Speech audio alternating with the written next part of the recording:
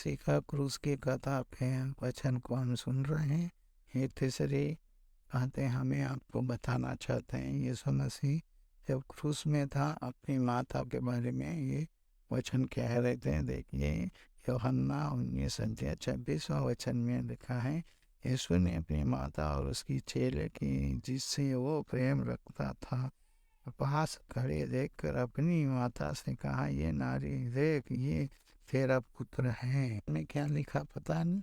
परमेश्वर जिससे प्यार करते हैं उसके लिए परमेश्वर है ना कुछ कार्य करने के लिए वो समझा रहे हैं अपने चेले को और माता को, क्योंकि जब वो क्रूस पे था ये लोग सारे लोग उधर खड़े होके देख रहे थे।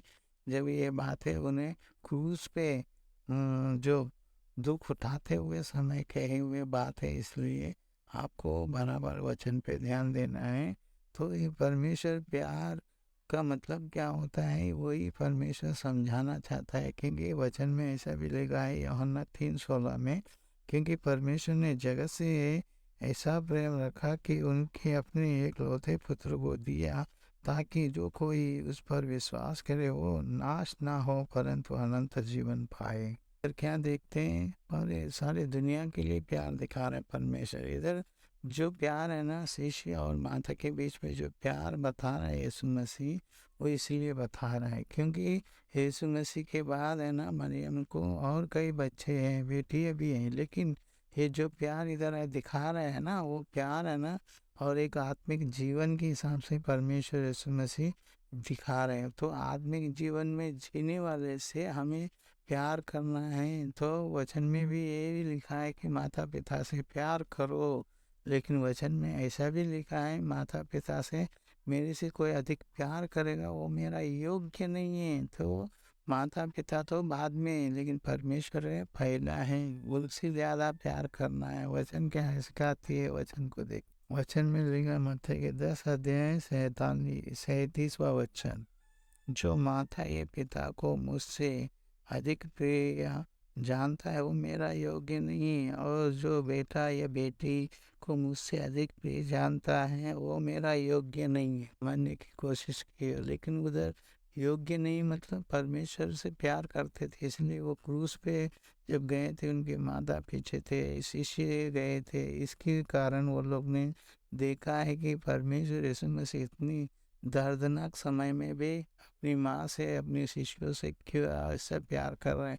ये बात पत्रुस से भी कहता है परमेश्वर। वचन में देखो हम 21:15 वचन में जब भोजन कर रहे थे पत्रुस सारे लोग मिलकर, जब ये परमेश्वर इसमें से कहते हैं भोजन करने के बाद यीशु ने सिमोन पतरस से, ये सिमोन यूहन्ना के पुत्र, क्या तो इनसे बढ़कर मुझसे प्यार रखते हो? तो उसने उनसे कहा, हाँ प्रभु, तू तो जानता है कि मैं तुझसे प्रीति रखता हूँ। उसने उससे कहा, मेरी मेमना को चरा।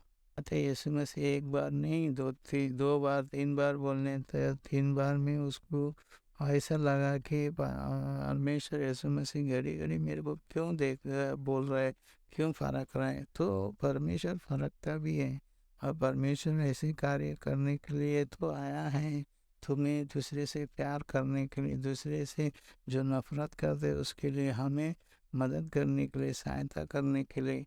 इसलिए ना परमेश्वर यीशु मसीह वचन के अनुसार ही हमें समझाना चाहिए। जैसे दाऊद ने कहता है वचनों में, कहता है कि तुम जो नफरत करते हो उसके घर में तुझे खाना खिलाऊंगा, तुम्हारा जो शत्रु है उसके घर में तुझे खाना खिलाऊंगा।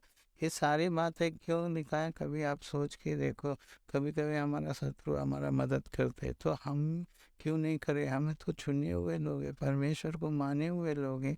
अगर जो नहीं मानने वाला हुए वो मानने के लिए, उसके जीवन में परिवर्तन आने के लिए, तो ये सारे बात है परमेश्वर क्रूस पे अपने आप को तकलीफ में रख के भी हमें समझाना चाहते हैं। ये सारी बातें शिष्यों से प्यार करते थे ना यीशु मसीह, इसलिए संसार के पापों को उठाने आए थे। जब ये सारी बात है, मरने से पहले लोगों को एक दूसरे से प्यार करने के लिए परमेश्वर सिखा रहा है, इसी को हमें जानना ज़रूरी है। इन शिष्यों को परमेश्वर उसकी जवाबदारी दे रहे हैं, माता की जवाबदारी दे रहे हैं उनके विश्वास को देखने के लिए।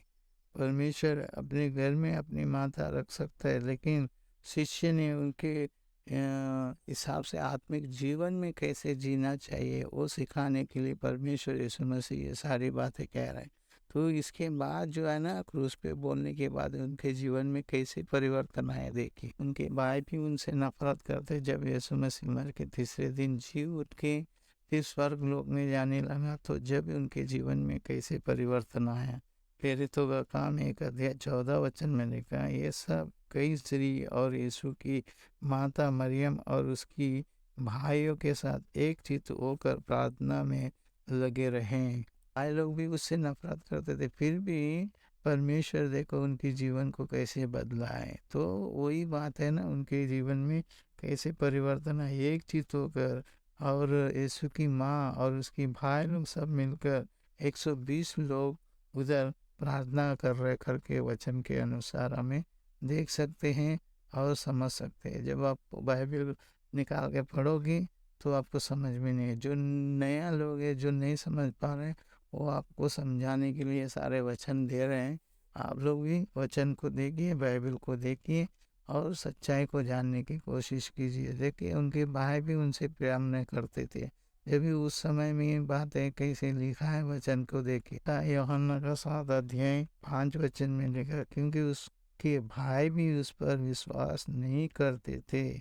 6 वचन में, तब यीशु ने उससे कहा, मेरा समय अभी तक नहीं आया, परंतु तुम्हारे लिए सब समय है। जब तक वो क्रूस नहीं चढ़ा, तो दुख नहीं उठाया, तो तीसरे दिन जी नहीं उठा, तो उनका समय आया ही नहीं करके अपने भाई को समझा रहे। जब भी हम ये सारी बातें देखते हैं ना, माता पिता के अंदर कितना प्यार है, वो सारे बातें इधर दिखाई दे रहे। जो लोग नफरत करते वो यीशु मसीह से कैसे प्यार किया, वो सब बातें अभी हमें समझने में आती हैं। तो क्रूस पे चढ़ने से पहले जो परमेश्वर यीशु मसीह लोगों को समझा रहे थे, जब भी वचन में क्या लिखा है उनके माता के बारे में।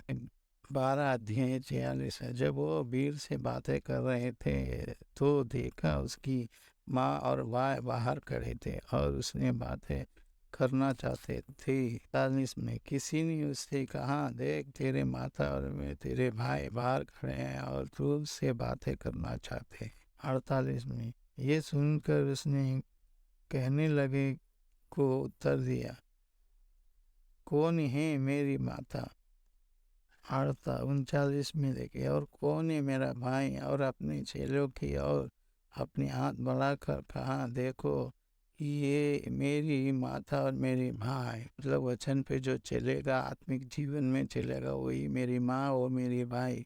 और इधर चेलों के सामने हाथ बढ़ा कर कह रहे, लेकिन क्रूस में हाथ बढ़ाने के लिए नहीं कर सकता था। वो हाथ है ना, उनके हाथों में खीले लगे हुए थे। लेकिन इधर वचन में क्या लिखा है उसको समझने की कोशिश कीजिए। 50 में लिखा है, क्योंकि कोई मेरा स्वर्गीय पिता की इच्छा पर चले वही मेरी भाई और बहन और माता हैं। तो इसका मतलब समझ गया, जो परमेश्वर की इच्छा पे मतलब आत्मिक रीति से लोग चलेंगे, सीखेंगे, समझेंगे, वही मेरा माँ भाई बहन सब कोई, नहीं तो कोई मेरा नहीं है करके इधर वचन आपको समझा रहे, सिखा रहे। ये तीसरी बात है परमेश्वर की माता और चेले के बारे में जो लिखा गया।